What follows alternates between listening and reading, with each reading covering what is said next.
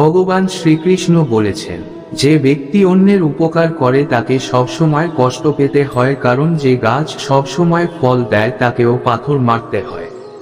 সৌভাগ্যের লোকেরা একটু খারাপ হলেই ঈশ্বরকে অভিশাপ দেয়, এবং দুর্ভাগ্যের লোকেরা একটু ভালো হওয়ার জন্য ঈশ্বরকে স্মরণ করে এবং ধন্যবাদ দেয়। একমাত্র মুনি মানুষের বন্ধু ও শত্রু।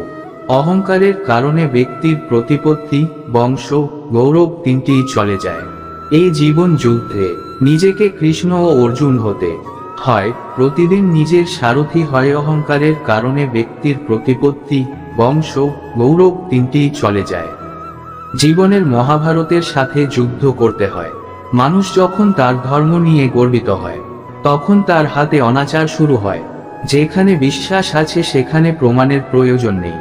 এই চ্যানেলের নতুন হয়ে থাকলে চ্যানেলটাকে সাবস্ক্রাইব করবেন এবং ভিডিওটা ভালো লাগলে লাইক করবেন।